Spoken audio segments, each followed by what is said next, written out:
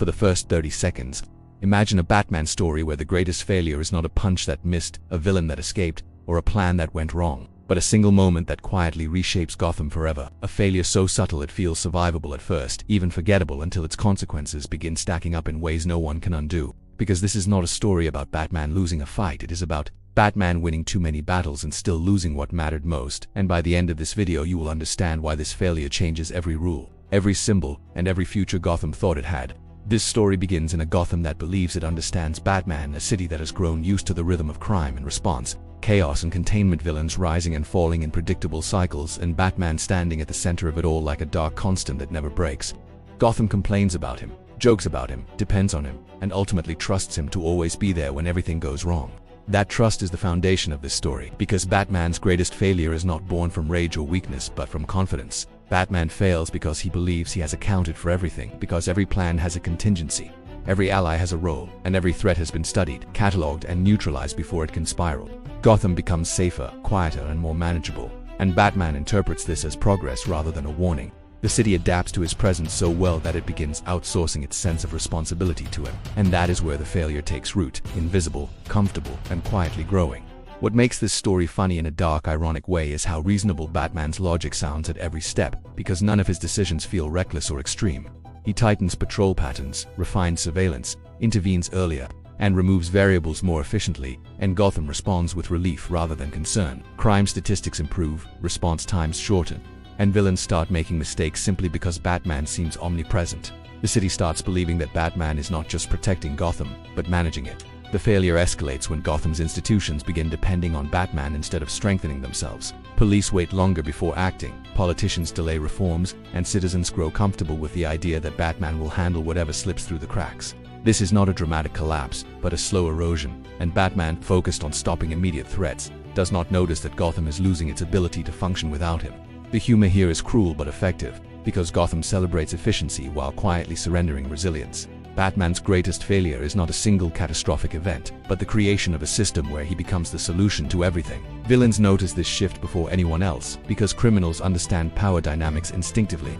Some escalate their crimes to test Batman's limits, others retreat entirely, and a few attempt redemption not out of guilt, but because living under Batman's constant oversight feels exhausting. Gotham's underworld becomes less theatrical and more desperate, and desperation is always more dangerous than ego. The curiosity of this story deepens when Batman realizes that his presence has altered the psychology of the city itself. Gotham no longer asks whether something is right or wrong, it asks whether Batman will allow it to happen. Fear changes from something Batman uses against criminals into something Gotham feels toward uncertainty. The bat signal stops symbolizing hope and starts symbolizing inevitability, and inevitability leaves no room for choice.